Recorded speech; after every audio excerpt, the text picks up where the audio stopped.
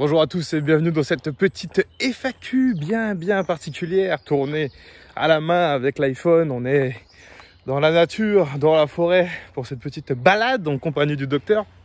C'est quelque chose que j'ai toujours voulu faire, une petite vidéo, voilà, un petit peu dans les bois, tranquille. Et donc on va faire la FAQ. Vous m'avez tous posé plein de questions. Et donc on va organiser ça maintenant. On va démarrer sans plus attendre, puisque de toute façon, il n'y aura pas des masses de montage à faire, je suppose, pour cette vidéo. Merci pour toutes vos questions, c'était un plaisir. J'espère que je ne vais pas me faire croquer par un serpent. Alors, on va démarrer. Donc, j'ai sélectionné 10 questions Instagram, 10 questions YouTube et puis 10 questions Discord. Comme ça, à peu près tout le monde a ces petites questions en fonction des lieux où vous suivez le docteur.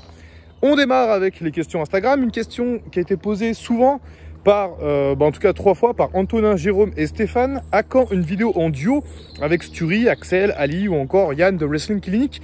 Eh bien, c'est une bonne question. Je suis totalement ouvert au featuring, au partenariat. J'en avais déjà fait avec Sturi l'année dernière, il me semble. Et j'ai effectivement plein d'idées à partager, pourquoi pas avec d'autres créateurs.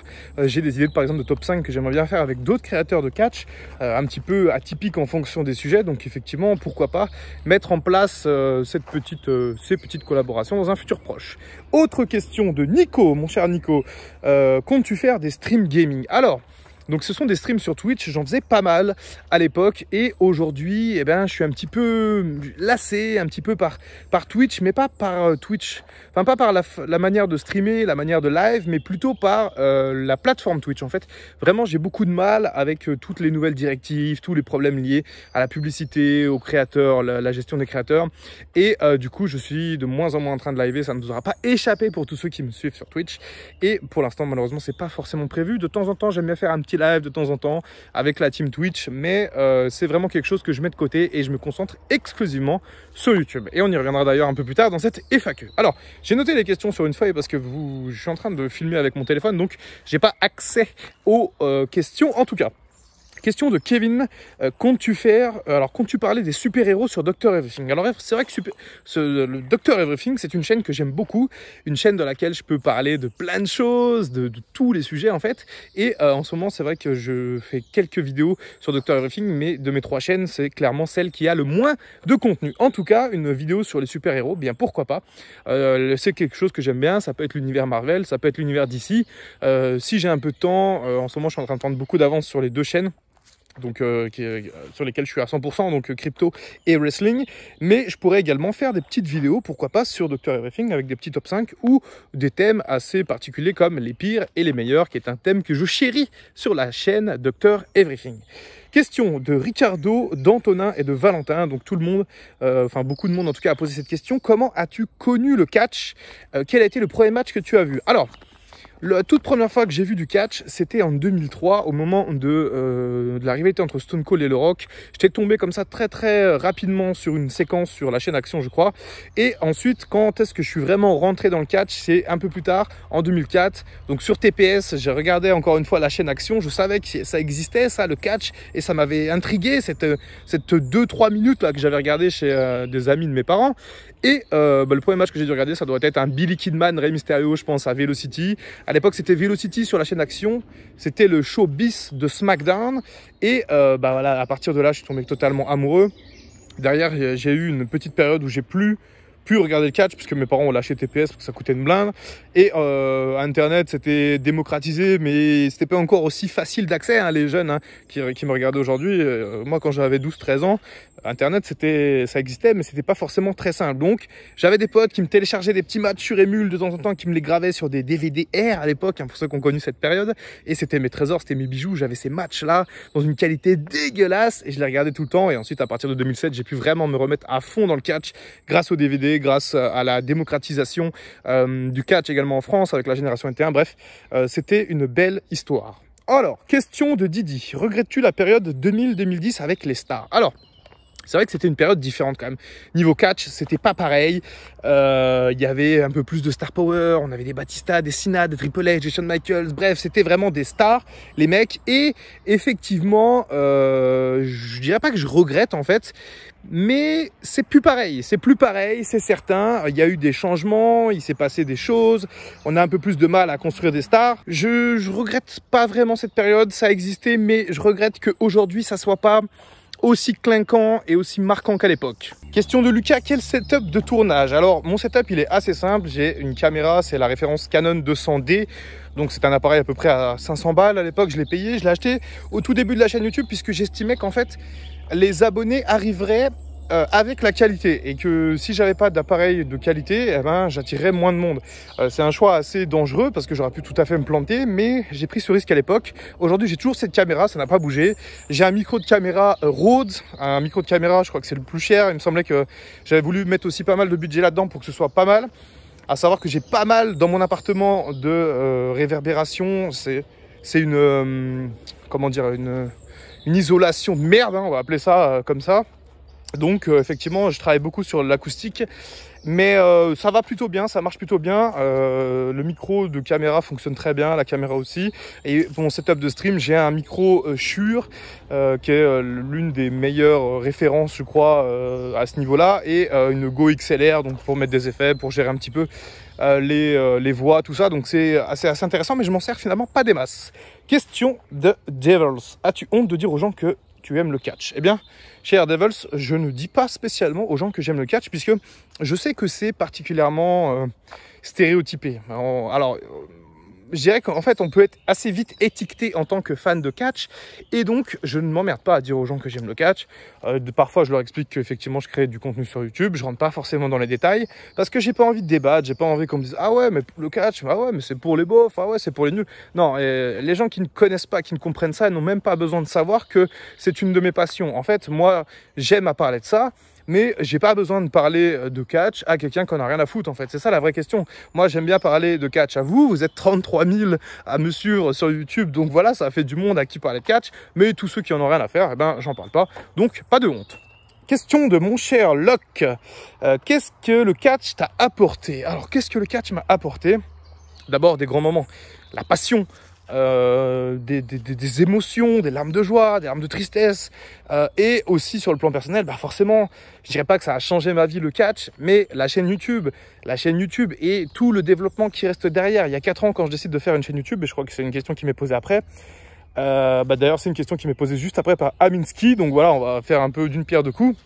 Quand j'ai décidé de faire une chaîne YouTube, il me demande pourquoi avoir créé une chaîne YouTube. Et ben en fait, c'est parce que je manquais un petit peu d'objectifs dans ma vie. En fait, j'avais fini mes études et j'avais plus vraiment d'objectifs. J'étais un peu dans la routine métro, boulot, dodo, et ça me plaisait pas. Moi, j'ai besoin de challenge, j'ai besoin de défis dans la vie.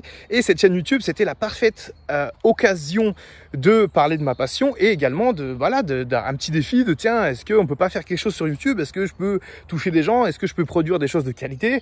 Et ben voilà ce que le catch m'a apporté, tout simplement une communauté géniale. J'ai jamais eu de problème en 4 ans sur YouTube, et c'est encore en train de grandir. J'en parlerai plus tard parce que la question m'a été posée, mais mon aventure sur YouTube n'est pas finie. C'est peut-être même les débuts. J'essaie d'ouvrir d'autres choses, de faire d'autres choses. Et donc voilà, le catch a été pour moi très salvateur puisque ça a été comme une grande passion de production pendant 4 années, et ça l'est encore aujourd'hui, Dr Wrestling. Et puis voilà, c'est aussi peut-être un tremplin pour d'autres activités. Donc voilà, vive le catch, et encore une fois, merci YouTube et le catch pour tout ce que ça m'a apporté ces 4 dernières années. Allez, dernière question Instagram avant de passer à la suite. La WWE peut-elle retrouver la hype d'il y a 10 ans en France? Question de 17 poétique. Eh ben, j'en sais rien. La vérité, c'est que j'en sais rien. J'espère, ça serait bien, ça serait super qu'on ait une espèce de hype en France, mais on en a eu plusieurs des hypes en France, hein. Il y a eu l'époque Canal, la grande époque d'RTL aussi, et par contre la grande époque de la génération 21, et ça a été la meilleure époque, je pense, pour le catch en France. Et est-ce que ça peut revenir? J'en sais rien, j'espère, mais pour l'instant je pense pas. En tout cas voilà, si ça revient, c'est plutôt une excellente chose. On passe, si vous le voulez bien, aux questions YouTube. Alors Théo Bayon, comptes-tu reprendre AEW sur 2K22? Alors D'ici à ce que cette FAQ sorte, je pense que j'aurai déjà sorti l'épisode 14, il me semble, le premier sur 2K22. Si ce n'est pas encore le cas et que mon planning est un petit peu chamboulé, eh bien oui, bien entendu, j'ai fait tous les setups, ça a été assez infernal de chercher les catcheurs que je voulais, de recréer un peu tout.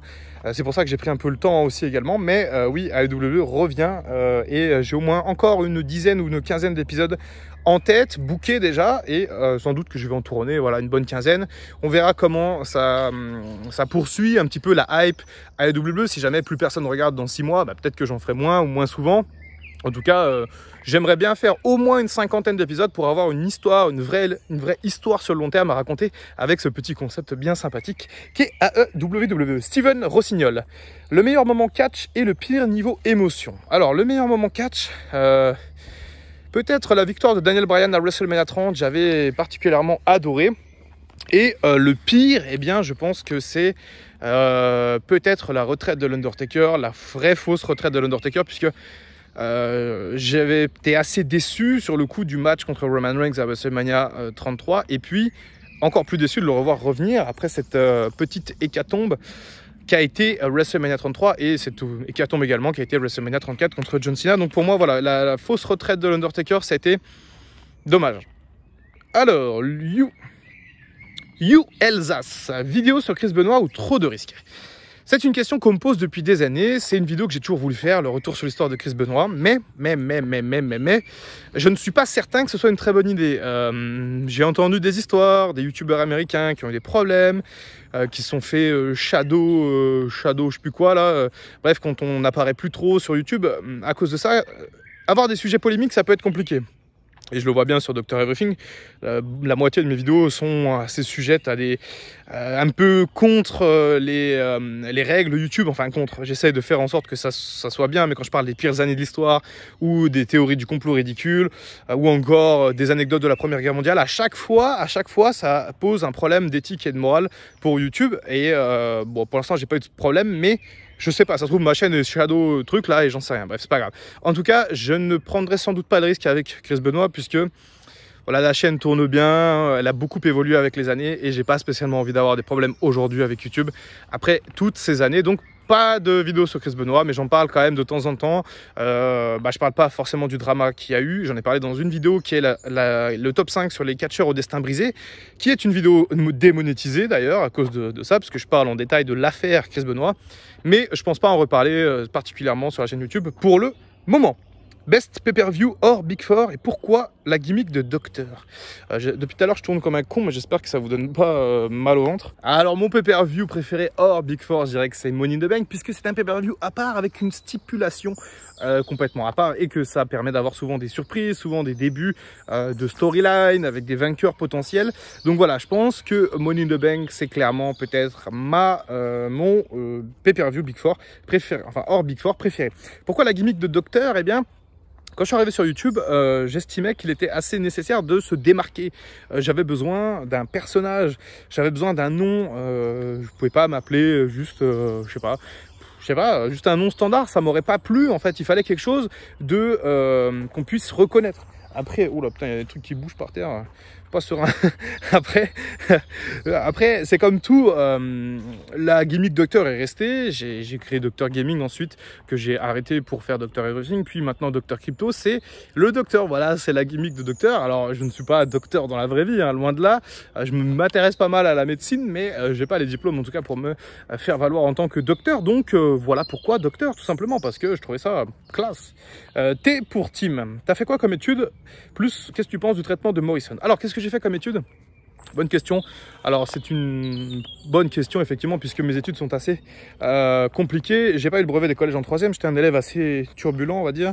Après je suis allé en filière professionnelle où j'ai fait un bac pro commerce. Ensuite je suis allé en STAPS, donc rien à voir, à la fac, puisque à l'époque j'avais été refusé dans tous les BTS et DUT que j'avais demandé parce que j'avais un dossier de merde, il faut pas se le cacher. J'étais quand même un bon petit chiant en classe hein, et j'esquivais souvent à l'époque les cours pour aller jouer à Call of Duty Modern Warfare 2. C'était l'addiction de Call of, donc ça ne m'a pas trop servi. Puis après j'ai fait STAPS et là en STAPS j'ai décidé de pas lâcher puisque quand même j'avais été refusé dans tous les BTS et DUT que j'avais demandé. C'était la dernière chance pour moi de réussir un peu les études et je suis allé jusqu'en master, j'ai fait mon master Et bah voilà, ça me sert pas forcément à grand chose dans la vie, mais j'ai un master en STAPS, donc je suis plutôt content. Que penses-tu du traitement de John Morrison? Eh bien, je trouve ça tout simplement dommage, en fait. C'est dommage, mais c'est pas spécialement surprenant, malheureusement. Question de Kylian. As-tu déjà assisté à WrestleMania en live? Non, jamais. J'ai jamais assisté à WrestleMania en live. Peut-être un jour, j'aimerais bien. Je suis jamais allé aux États-Unis, donc ça pourrait faire d'une pierre deux coups. En tout cas, pas de WrestleMania pour le docteur en live. David de Sacomano, penses-tu que MJF peut devenir une star? Pareil, ça fera l'objet, je pense, d'un point catch très bientôt. Peut-être même que je l'ai déjà sorti si c'est FAQ, j'en sais rien. En tout cas, oui, MJF, il y a quelque chose à faire. Il y a un destin peut-être qui lui est promis du côté double bleu. On en parlera bientôt dans un point catch. Question de Corentin, quel catcheur n'a pas eu la carrière qu'il mérite? Très dure question, comme ça à vue de nez je dirais, parce que c'est la simplicité, je dirais Velveteen Dream. Velveteen Dream qui a eu des problèmes assez importants, des problèmes de justice assez importants, putain je fais n'importe quoi, qu'est-ce que je fais avec mes doigts là? Des problèmes de justice assez importants qui ont fait que ce cher Velveteen Dream n'a pas pu, tout simplement il a été viré au bout d'un moment et aujourd'hui il est totalement blacklisté, pareil pour des mecs comme Marty Scurll et compagnie. Donc je pense que Velveteen Dream est peut-être là récemment le catcheur ayant le plus de potentiel qui n'a pas fait la carrière qu'il mérite. Question de Crypto Haters, pourquoi avoir créé Dr Crypto? Eh bien cher Crypto Haters, pourquoi avoir créé Dr Crypto? Alors c'est plus vraiment un secret, j'ai perdu mon boulot il y a à peu près 6 mois dans des conditions assez qui font mal au cul, on va dire, puisque voilà, je vais pas rentrer dans les détails, mais je suis pas forcément pour grand chose. En tout cas, j'ai décidé à ce moment-là de m'investir à 100% sur YouTube, du moins d'essayer d'en vivre, d'essayer d'être indépendant, c'est-à-dire de vivre uniquement de ce que je produis. C'est très compliqué, notamment sur YouTube et notamment sur ma chaîne Dr Wrestling. Alors je vais pas rentrer dans les détails, mais en fait on est payé via un CPM en fait, c'est la stat, et le CPM de Dr Wrestling est assez bas, très bas même. En fait le CPM c'est la volonté des annonceurs, donc des publicitaires, de mettre des pubs ou non sur ta vidéo. Et apparemment le catch ça plaît moins que plein de choses. Et ça, c'est la première raison. La deuxième raison, c'est que la crypto, tout simplement, enfin, l'univers de la blockchain, plutôt le web 3.0, la technologie de la blockchain, c'est quelque chose qui me passionne et j'envisage pourquoi pas d'en faire mon métier dans quelques mois, quelques années. Et donc, je me suis dit, bah voilà, j'ai du temps, j'ai beaucoup de temps, j'ai de l'ambition et pourquoi pas essayer de faire une deuxième chaîne un petit peu comme Dr Wrestling où je serais spécialiste un petit peu de crypto, ce qui est le cas. Et en plus, je fais quasiment les mêmes formats que sur Dr Wrestling. J'ai repris un peu les mêmes formats, donc à savoir les top 5, les vidéos un petit peu tutoriels pour la crypto, les points actu crypto. Donc ce qui me permet finalement d'avoir deux grosses chaînes que je peux développer et de doubler potentiellement mes chances de vivre de YouTube, puisque avec deux chaînes c'est complètement différent. Et petite anecdote, le CPM sur les chaînes de finance et d'investissement est 3 à 4 fois supérieur à une chaîne de catch. Bonjour. Voilà. On va faire une FAQ tranquille dans cette forêt. Bon, voilà pour les questions YouTube. Voilà, donc du coup pour Dr Crypto, c'est double volonté, à savoir celle de donner un peu ma passion et de réagir un petit peu à quelque chose qui me passionne. Et également, c'est aussi un peu stratégique d'avoir une deuxième chaîne YouTube sur laquelle je peux m'investir à 100% et potentiellement avoir plus de gains. Et peut-être, j'espère, vivre de YouTube un jour. Encore une fois, j'en sais rien. Et si ça se fait pas, c'est pas grave. J'aurais tenté et je serais content d'avoir tenté et je pourrais continuer de faire des petites vidéos, même si dans 6 mois, je retourne sur le marché du travail et peut-être dans un domaine cette fois-ci qui me plaira 100%.